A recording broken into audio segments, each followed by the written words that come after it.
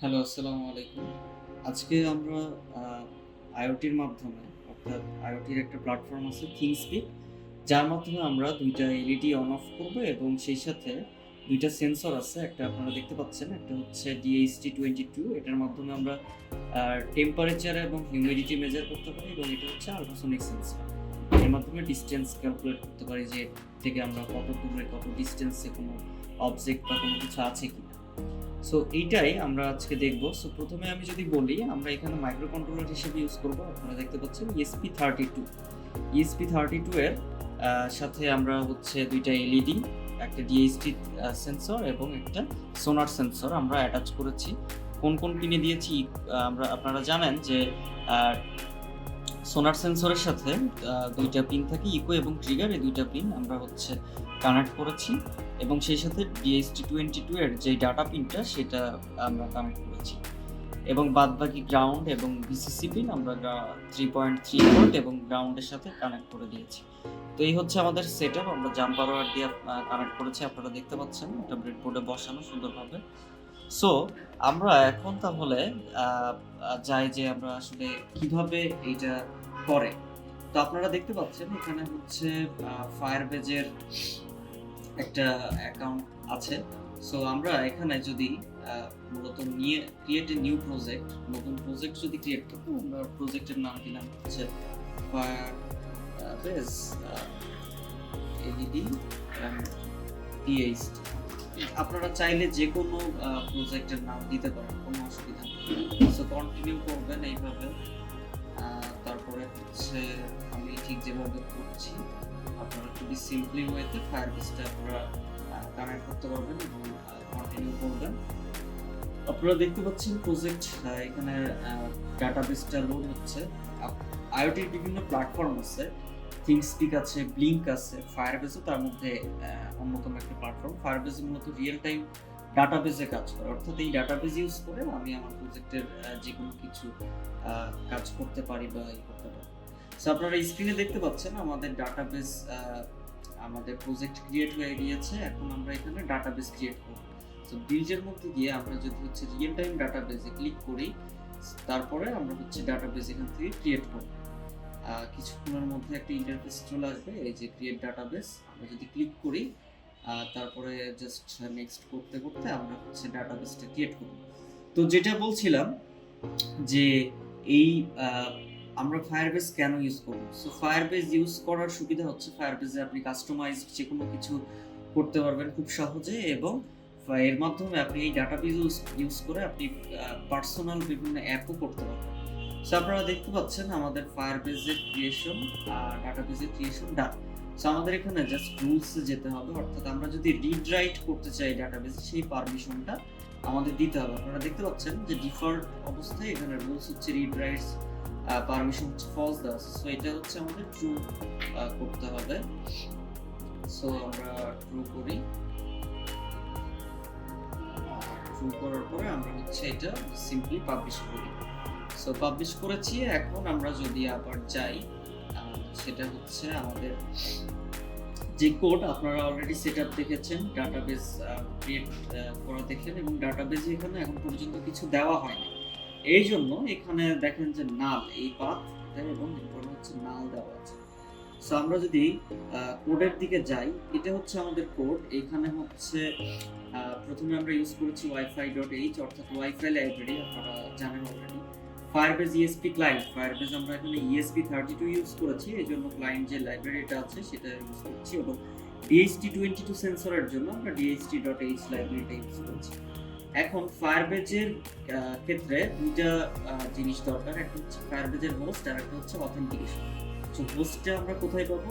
Simply আমরা যদি এখানে যাই, তাহলে এই যে আপনারা এখানে রিয়েল টাইম ডাটাবেসের শুরুতেই ডাটার মধ্যে যেই প্রথম লাইনটা দেখতে পাচ্ছেন, এইটা হচ্ছে HTTP এর পর থেকে এই যে জাস্ট এই অংশটুকু যদি আপনি কপি করেন, কপি করলে আপনারা হচ্ছে যেটা পাবেন সেটা যদি এখানে পেস্ট করেন, তাহলে এটাই হচ্ছে আপনার যেই হোস্ট, সেটা কিন্তু হয়ে গেল।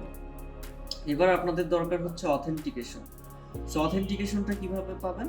অথেন্টিকেশনটার জন্য আপনাকে সেম এখানে যেতে হবে। যাওয়ার পরে আপনাকে যেটা করতে হবে সেটা হচ্ছে প্রজেক্ট সেটিংস। এই যে প্রজেক্ট ওভারভিউ, এখানে সেটিংসের যে চিহ্ন, এখানে ক্লিক করলে প্রজেক্ট সেটিংস পাবেন।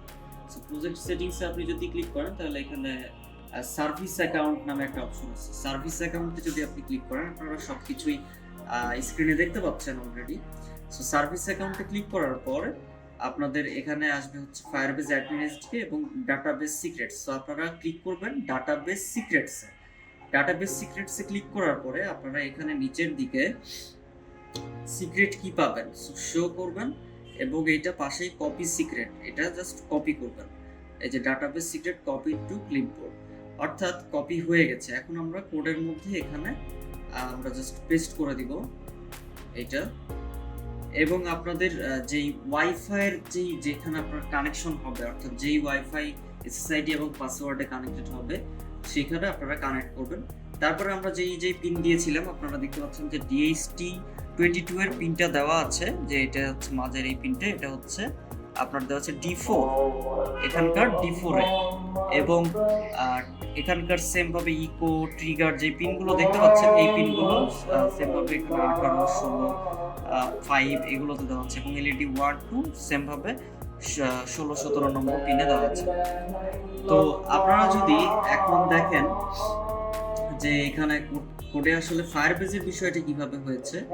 ফায়ারবেজে এখানে আমরা যদি ডাটা প্রথমে পাঠাচ্ছি এবং করতেছি, সেখানে পাথটা হচ্ছে কি, আমরা একটা পাথ করেছি যেটা হচ্ছে LEDS লেটস, যেখানে LED 1, LED 2 দুইটাই হচ্ছে ডাটাবেজের আমরা পাথ ক্রিয়েট করেছি এবং ফাইনালি সেখানে আপডেট হচ্ছে। এবং আরেকটা যেটা সেন্সরের জন্য, সেখানে আরেকটা পাথ হচ্ছে, সেটা হচ্ছে সেন্সরস, যার মধ্যে টেম্পারেচার আছে, তারপরে হিউমিডিটি আছে এবং আরেকটা হচ্ছে ডিসটেন্স আছে। এবং এই সব কিছু আপনাদের এই সেন্সর থেকে রিড করে যাচ্ছে, অর্থাৎ যে ক্যালকুলেশন আপনারা এতদিন করেছেন DHT22 কিংবা হচ্ছে আল্ট্রাসনিক সেন্সরের জন্য, সেম ক্যালকুলেশন সেম ভাবে সেম প্রসেসে আমরা জাস্ট ডাটা ফায়ারবেজের ডাটাবেজে আমরা ডাটা পাঠাচ্ছি।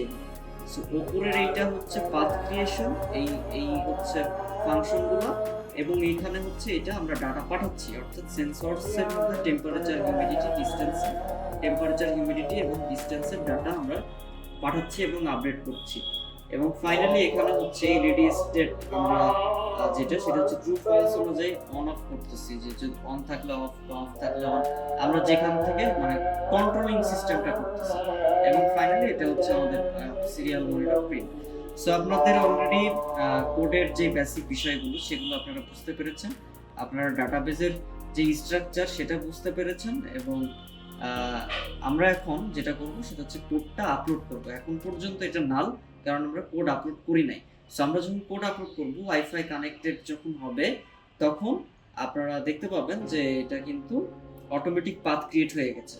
সো আমরা নর্মালি জাস্ট হচ্ছে আপলোড করব। এখন আপলোড করার জন্য আমি আপলোডার ইউজ করলাম।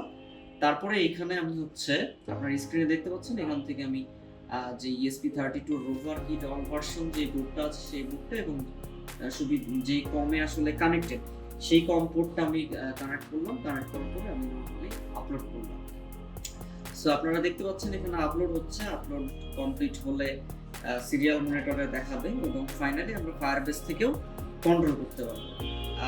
আর কিছু সময়ের মধ্যে এটা আসলে ল্যাপটপের উপর ডিপেন্ড করে, আপনাদের লাইব্রেরি, ল্যাপটপ এইগুলোর উপর ডিপেন্ড করবে। সো এইখানে যে বিষয়গুলো ইম্পর্টেন্ট, এখানে হচ্ছে 3টা লাইব্রেরি আপনারা দেখতে পাচ্ছেন। এই 3টা লাইব্রেরি কিন্তু আপনার ডিভাইসে, আপনার আরডিনো আইডিইতে সেট আপ করা থাকতে হবে। যদি না থাকে সেক্ষেত্রে আপনাদের এখানে গিয়ে এই যে হচ্ছে যে লাইব্রেরিগুলো আছে, এই লাইব্রেরিগুলো কিন্তু নামায় ফেলতে হবে। অর্থাৎ এই যে ফায়ারবেজ ESP ক্লায়েন্ট যেটা, সেই লাইব্রেরিটা আমি যদি নামাইতে চাই তাহলে এখানে সিম্পলি লিখতে হবে, সার্চ দিতে হবে। তারপরে এই যে মুভিজেটের যেই লাইব্রেরিটা আছে এটা ইনস্টল করতে হবে ফায়ারবেজ ESP32 এর জন্য, অর্থাৎ আমি 32 যেহেতু ইউজ করছি। তারপর ওয়াইফাই লাইব্রেরির জন্য ওয়াইফাই, DHT এর জন্য DHT, সেইভাবে প্রত্যেকটা লাইব্রেরি কিন্তু আপনাদের ইনস্টল করতে হবে। সো আমাদের এটা আপলোডের প্রথমে কম্পাইল হবে এবং পরবর্তীতে এই যে আপলোড শুরু হয়ে গেছে। আপনারা দেখতে পাচ্ছেন এখানে কত পার্সেন্ট আপলোড হচ্ছে, এটা 100% হয়ে যাবে খুব সহজেই, তাড়াতাড়ি। আপনারা দেখবেন যে তারপরে আসলে আমরা কিভাবে এই ফায়ারবেজের মাধ্যমে এলইডি অন অফ করে এবং এই যে এখানকার যে ভ্যালুগুলা এই সেন্সর থেকে যে ভ্যালুগুলো আসতেছে সেটা কিভাবে আসে। সো আমরা কিন্তু অলরেডি আপলোড হয়ে গেছে। এখন আমরা যদি সিরিয়াল মিউটটা অন করি এবং বড রেট তো ঠিকই আছে, যে ক্রিয়েটেড সেন্সর টেম্পারেচার পাথ, অর্থাৎ পাথ ক্রিয়েশন হচ্ছে, পাথ অলরেডি ক্রিয়েটেড, তারপর হচ্ছে ফায়ারবেজে এজ আপডেট সাকসেস, অর্থাৎ সবকিছু প্রপারলি যে আপডেট হচ্ছে এটা আমরা সিরিয়াল মনিটরে দেখতে পাচ্ছি। এখন আমরা ফায়ারবেজের ডাটাবেজের মধ্যে গিয়ে দেখব। সো আমরা যদি ডাটাবেজে খেয়াল করি, সো ডাটাবেজেও কিন্তু এতক্ষণ নাল ছিল, এখন কিন্তু আমার দুইটা পাথ হয়ে গেছে, একটা হচ্ছে এলইডি এস এবং আরেকটা হচ্ছে সেন্সরস পাথের মধ্যে আমরা দেখতে পাচ্ছি ডিসটেন্স আছে, তারপরে হচ্ছে হিউমিডিটি আছে, টেম্পারেচার আছে, অর্থাৎ ডিসটেন্স হচ্ছে 17.68 সেন্টিমিটার। সো আমরা যদি একটু সামনে হাতটা রাখি তাহলে আমরা ডিসটেন্স কিন্তু কমে যাবে। এই যে হাত রাখলাম, এই যে দেখেন আপনার ডিসটেন্স কিন্তু 1.9 অর্থাৎ 2 সেন্টিমিটারের কাছাকাছি, 2.3। ঠিক আছে, হিউমিডিটি এইটা আসলে এরকম, টেম্পারেচার এরকম আসলো। সো এইভাবে আমরা খুব সহজেই এটা দেখতে পাচ্ছি। এবার আসলে কন্ট্রোলের পার্ট, আমরা দেখতে পাচ্ছি কি এখানে এলইডি দুইটাই অফ করা, অর্থাৎ এই যে আপনার স্ক্রিনও দেখতে পাচ্ছেন এলইডি 1 ও ফলস, এলইডি 2 ও ফলস। অর্থাৎ আমরা যদি এইটা হচ্ছে ট্রু করে দেই তাহলে দেখতে পারবেন যে এলইডিটা কিছুক্ষণের মধ্যে জ্বলে উঠবে। অর্থাৎ এলইডি 1টা আমি ট্রু করলাম, ট্রু করে আমরা ডাটাটা পাঠিয়ে দিলাম, এখনই এই যে এলইডিটা কিন্তু জ্বলে উঠলো। সেম ভাবে যদি আমি এলইডি 2তেও হচ্ছে ট্রু করি সেক্ষেত্রে এলইডি 2ও কিন্তু জ্বলবে। এই যে এলইডি 2 কিন্তু আমি পাঠিয়ে দিলাম এবং জ্বলে গেল। এটা নেটওয়ার্কের উপর ডিপেন্ড করে, যত ফাস্ট নেটওয়ার্ক হবে তত ফাস্ট এটা কাজ করবে। সেম ভাবে আমি যদি আবার ফলস করে দেই তাহলে নিভে যাবে। অর্থাৎ এটা আমরা ডাটাবেজে সরাসরি অ্যাক্সেস করে আমরা কিন্তু কাজ করতেছি। এই যে নিভে গেছে এলইডি 2, ঠিক আছে। সো এইভাবে আমরা ডাটাবেজে সরাসরি অ্যাক্সেস নিয়ে আমরা কাজ করতেছি এবং সবকিছু কন্ট্রোল করতেছি বা দেখতেছি। আপনারা দেখতে পাচ্ছেন এখানে ভ্যালু প্রথমে পাথ ছিল না, নাল অবস্থায় ছিল, এখন একটা পাথ ক্রিয়েট হয়েছে, সেখানে আমরা কন্ট্রোল করতেছি এবং হচ্ছে সেন্সর থেকে ভ্যালু পাচ্ছি। এবং এইটা যে আমি পাশাপাশি করেছি, অর্থাৎ এই সেটআপটা এখানে ল্যাপটপ পাশে, আমি পাশে যে ফায়ারবেজে দেখাচ্ছি, বিষয়টা এরকম না। আমি আপনাদেরকে দেখাচ্ছি, কিন্তু আমি এই সেটআপটা যদি বাংলাদেশে রেখে আমি যদি ফায়ারবেজের এই ডাটাবেসটা আমার যদি আমেরিকায় থাকে সেখান থেকেও আমি যদি এখানে ট্রু ফলস চেঞ্জ করি তাহলেও এইখানে বাংলাদেশে অর্থাৎ বা যেখানেই থাকুক এটা কিন্তু এলইডি জ্বলবে এবং নিবে। সেম ভাবে আমি এখানকার সেন্সরের ডাটাগুলো পাবো, ঠিক আছে। So this is IoT, actually internet of things. So আইওটির এই ফায়ারবেস প্ল্যাটফর্ম ইউজ করে আমরা আজকে দেখলাম যে কিভাবে একই সাথে কন্ট্রোলিং করে, আমরা কন্ট্রোলিং এর জন্য এলইডি দেখেছি এবং সেন্সর থেকে ডাটা কিভাবে রিড করে, এবং সেই জন্য আমরা ফায়ারবেজের যে ডাটাবেস ক্রিয়েশন কিভাবে পাথ ক্রিয়েট করা হয় এবং কোডের মধ্যে কি অংশ দিয়ে পাথ ক্রিয়েট করতে হবে, হোস্ট কোথায় থেকে নিব, অথেন্টিকেশন টোকেন কোথায় থেকে লাগবে, এই সব কিছু কিন্তু আমরা দেখেছি। আর ফাইনালি যা ছিল বাদবাকি কোডের ক্যালকুলেশন এগুলো অলরেডি আপনারা আশা করি পারেন।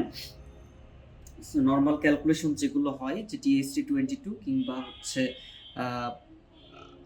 আপনার হচ্ছে সোনার সেন্সরের সেই সেম ক্যালকুলেশন, আমি জাস্ট ফায়ারবেজের যে অংশটা দরকার ছিল সেই অংশটা আমি ডিসকাস করেছি এবং আইওটির যে কনসেপ্টটা ছিল সেটা আপনাদের বোঝানোর চেষ্টা করেছি।